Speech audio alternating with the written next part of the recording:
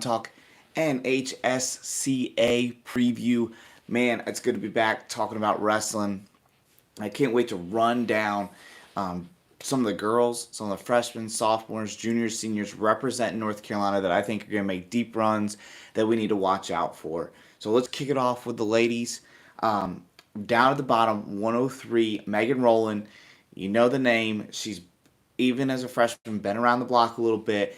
We know she's tough. She's going to go, I think, going to have a really big performance here. We saw her continually improve all season long, and I think we're going to only see another vast improvement from her here as far as output and performance goes. Then Hope Horan, she had a big state tournament. I think she's going to do big things here as well. A standout, kind of someone who broke out at the state tournament and then has been wrestling in the offseason as well so far. Camila Brooks from Manteo. Not a far drive up from Manteo to Virginia Beach. She's going to be out there in the streets. I think has surprised some people on a national level here in Virginia Beach. And then the one I'm probably most interested in at 128 is Brooke Zack. Brooke Zack, maybe pound for pound the best girl in the state right now. There's a few people that could maybe lay claim to that. Brooke Zack's definitely one that's inserting herself into that conversation.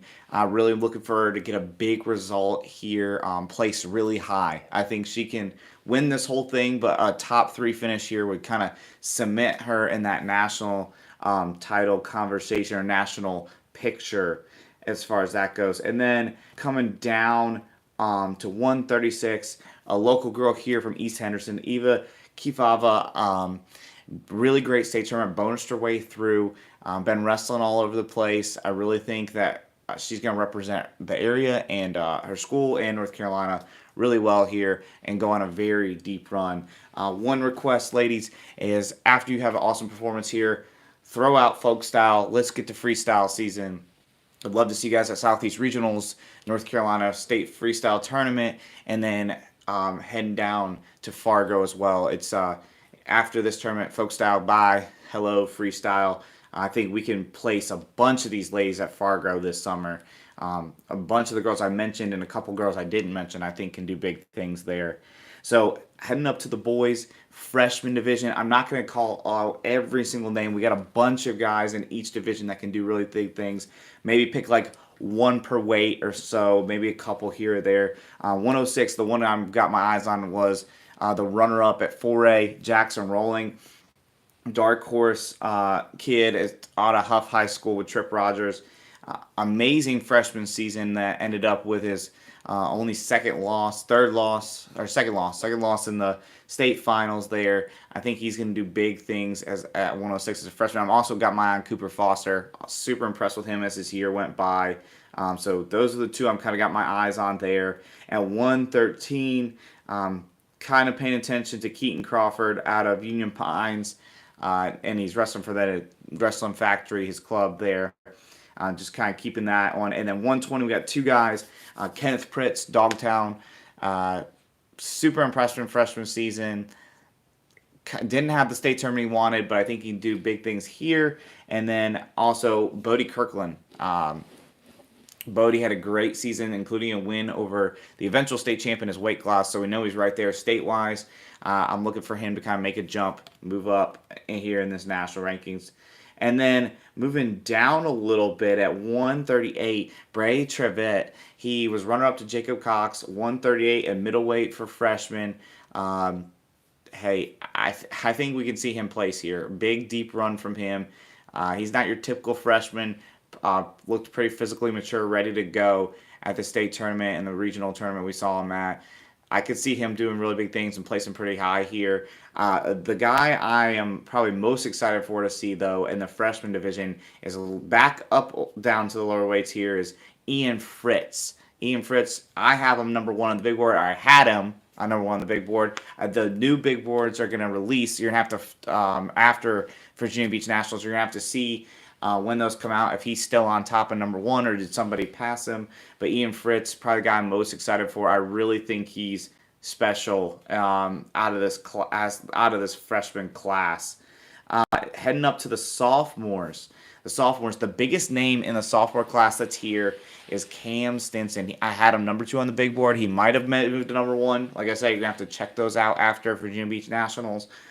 And he's down at 106 here.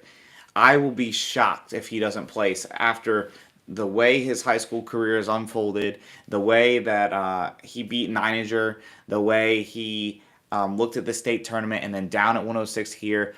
He could win this thing. I really believe that he is our best shot of the sophomore class to win this whole thing, bring home a national title to North Carolina, and really represent us well. And then, same thing for the boys. I said to the ladies, after this, let's turn off the folk style brain and head to freestyle Greco. Also, a guy to keep an eye on here is his state finals opponent, Cooper Davis. Super impressive at Holy Angels tournament, and then looked great at the state tournament. Only lost to Stinson, obviously. He could do big things at 113 in this sophomore bracket, along with Ben Jordan. Both guys looked really great, have impressive skill sets that I think translate well to that national level. And then 120, we got a few guys there as well. This sophomore class is pretty fun. I really like this sophomore class a lot. RJ James, man, he can light it up on his feet. He's a highlight reel.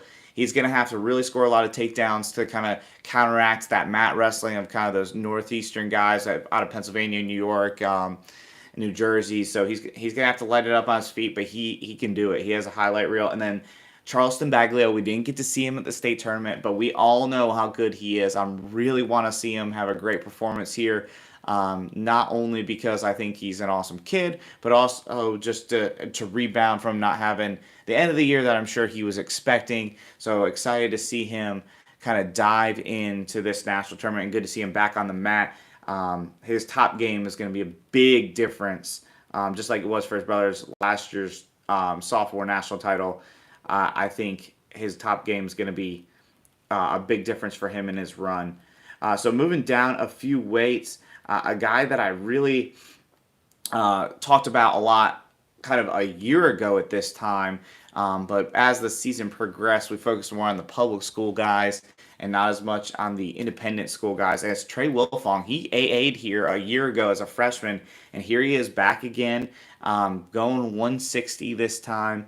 I think we see him go ahead and repeat his performance and AA again. How high it remains to be determined. We didn't get to see a lot of him like we did the public school kids, but he's a special talent. So looking forward to seeing how he performs. And then speaking of freshman AA, going to 132, Eli Murray AA'd as a freshman a year ago, 7th place. And that was up a weight at 138. He's here 132 after that state tournament run where I picked him to win that bracket. I have no doubt he's going to be placing high here. Just the motor he has when he's going and attacking, he's at his best. So I hope we see that high motor, high pace, getting to legs, finishing. He can do big things here. I think a guy to watch out for in our upper weights, Hunter Testa out of Davie County, wrestling for combat. Really impressed me at the state tournament. He's a young guy, been scrapping at those upper weights, and now he kind of gets to wrestle some guys that are more about his age than just these seniors he's been kind of banging heads with. So those are kind of our sophomores heading up to our juniors. Our juniors, I really feel like we get things started at 113 with Charlie Sly. Won the state title this year at 113 for Stuart Kramer. I think out of all the guys I mentioned, his style really translates extremely well. Him and a couple of the other guys that can really wrestle on the mat. They're not going to get ridden. They're going to ride on top. And then they can scramble with the best of them, and they also can get to legs. You got to have a kind of all of that encompassed to do well here. You can't kind of be really strong in one facet of your game and have holes to be able to win on this national level. And Charlie's kind of that optimum of that. He's great in every position. I think he's going to have a very deep run here at 113. And then we have returning champ Jackson Baglio at 120. He won sophomore nationals a year ago. I think we're going to see him repeat that performance. I'm not going to pick against North Carolina kids. You guys know that. Jackson Baglio is going to do his thing. Top work is going to be the difference. He'll get to legs. He'll score takedowns. He'll ride people out, and he'll get turns. The Baglio brothers are going to do big things here. And then We have Aldo Hernandez coming in at 132. We know how great Aldo is, especially from his feet. And he showed some amazing top work in the state finals as well. I think he's a guy that we see go on a huge, deep run here at 126 pounds. 132, you shouldn't be surprised. We have a bunch of guys in there with Will Gibson, Riley Merchant, Noah Tokubin down at 132, Matthew Courageous, Brant Fagerman, Daniel Tierney. I think all these guys can go do some big things in this tournament. This might be the weight where we have multiple placers in the weight. Shouldn't surprise you considering how 132 played out in 3A and 4A specifically. We had so many good guys in those. So any of those guys I mentioned, I could see going a deep run. I'm really interested to see how Tokubin is down at 32. Courageous really was impressive. He has great top work skills as well. And these guys won't know not to pick down on him. Fagerman Brant is great on his feet. Really good at getting the legs. Gibson, super tough, didn't place. Merchant, same way, didn't place at the state tournament this year. Both of them could not place at the state tournament, and then I think can turn around and place here. I mean, you re-wrestle that bracket at 4A 132, and we could have a bunch of different results going on for that one. So even though they didn't place there, I think they could place here and wrestle well. And then 38 for our juniors, you got Logan Fight, who did really well here a year ago. Tyler Tracy, who looked phenomenal on his feet at the state tournament. Coming up, 145, we have returning champ Jeremiah Price. Jeremiah Price won 138 a year ago at sophomore nationals. Expect no different from him. He's got a couple of tough kids in his bracket, especially according to the pre-seeds. I think we see Jeremiah do his thing. I said it on air a few times already, and I'll repeat it. I think he might have been one of the most improved guys in the state last year.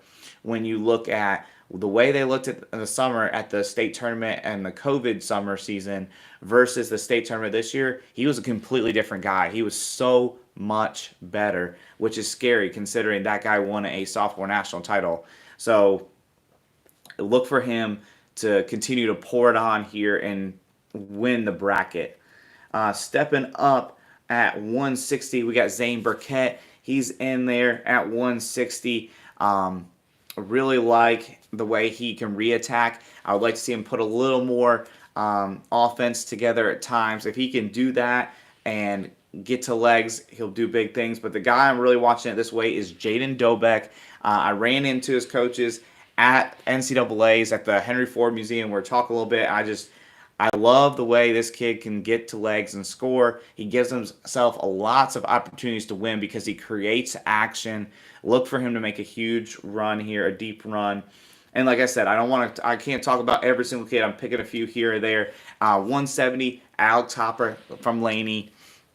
Really impressed with his mentality on the sport, the way he gets himself ready for matches. Don't be surprised if you see him as a placer and All-American here. And then 195, the guy my eyes immediately went to on the registration, Kayla Beatty. Man, he had a huge run at Super 32, which, in my opinion, guys, Super 32 is 1,000 times tougher than NHSCA's. Just because you're taking all of these guys and getting them all in one weight, not spread out among grade levels. So Kayla Beatty, I think he can win this thing. His top work is second to none. It's either him or Jacob Cox maybe as the two best guys on top in last year. One of those two probably. And he can win this thing. No doubt in my mind. And then at 220, the guy I'm looking for is Dylan Smith. He from Fred T. Ford. He really impressed Rhett and I at the state tournament. We talked about him for a few minutes on the way back. Just about how impressed we were with him and interested to see what happens the next year of his life as far as national tournaments go and where his recruiting can take him. And then stepping up to our seniors, I've picked out a few guys to watch at 120. We'll stick with the Rowland family. Matthew Rowland didn't have the state tournament he wanted, but he turned around at the South Carolina-North Carolina All-Star Duel and looked great there. He is seated maybe I think it was 6th when I looked at the pre-seeds. We'll see him place here. So the matter is how high. And then Tristan Hale's in here. I'm excited to see him against this national level competition, kind of put himself out there. I think he's right in the thick of things with all the good guys here as well. And then at 126, Luke Kuntz, man, third at the state tournament. He could place really high here. He's so dynamic on his feet and can score in so many multiple ways that he's going to surprise a lot of people. And he's so fast. If you haven't watched that Southeast Wrestle clip of him and Richard Williams from Grays Creek, it looks like it's just in speed mode, like fast forwarded, but it's not. It's real time. It's crazy how fast they were. 138. You got Ethan Shell from Avery, app commit. We know how good he is. We've seen him for 4 years in North Carolina. Now I'm ready, and I think we will see him take a deep run here at Senior Nationals. 145, Zach Courageous, one of my personal favorite guys to watch at the state tournament this year. Look for him to cap his career with All-American finish. At 152, Inca bias for Rhett Hoy, and I'm going to agree with him a little bit here. Grayson Harris, if he wrestles like he had all year long, I thought at the regional tournament that was the best Grayson Harris we had seen. I think he can get it done in AA here as well. He has all the tools, just got to put it together. And then 170, Kyler Pickard. He's so good on his feet, guys. He's going to get a lot of takedowns in this tournament. I think he can sneak in AA. 182, I think, is the one weight where we could see 2 AAs from North Carolina. Devin Bell can win this whole thing, and it could be where we have an all North Carolina final because Milos Gargol from First Flight is there as well. Milos, you guys know my First Flight bias and how biased I am towards them. Milos, really solid in all positions, really tough on top. And then Devin Bell, very similar. Really great in all positions, really stingy on top. They're both going to score a lot of back points, near fall points in this tournament. Look for both of them to All-American. It's just a matter of how high. Like I said, I think we can have an All-North Carolina final. And then at 220, late entry, Carson Floyd going to get it done for North Carolina. He's going to win this bracket. I fully believe that. He's really good in all positions, but more importantly, he gets legs and finishes quickly. So I'm looking for Carson Floyd to win this bracket. And then 285, we have 2 contenders as well. So the upper weight's coming through. And Jameer Ferrari, who never won a North Carolina state title, but is up there. He continues to impress at these national tournaments. And then 4-time state champ, history maker, Levi Andrews, going to try to cap his career not only with a 4th state title, but with a senior national title. And another guy where top work is going to make the difference, I think. He's done it his whole career in North Carolina from that top position, just turning fools with that chicken wing bar series. So I think he and Ferrer are going to do big things. We can see multiple All-Americans at this weight for North Carolina. And one of them could win this weight 100%. So check out NHSCA's in Virginia Beach. Support our North Carolina guys. Right now we're going to be dropping content updates as we go, either through our YouTube page or through Instagram /Facebook. Make sure while you're here to go down, hit that subscribe button. You're already here. Hit that like button and turn on notifications. That way you know when our videos are dropping. And also go to chainwrestling.co. Use the code Carolina State 22. You can get 15% off the whole website. Yes, there's Carolina Takedown Talk gear on there. If you buy some of that, that directly supports us and helps us get to the state tournament, gets us to regionals, etc., etc. But there's also a bunch of other cool gear on there. So go to chainwrestling.co. The guys are awesome there, and get you some gear. I really appreciate you tuning in. Root for North Carolina, guys. Let's go.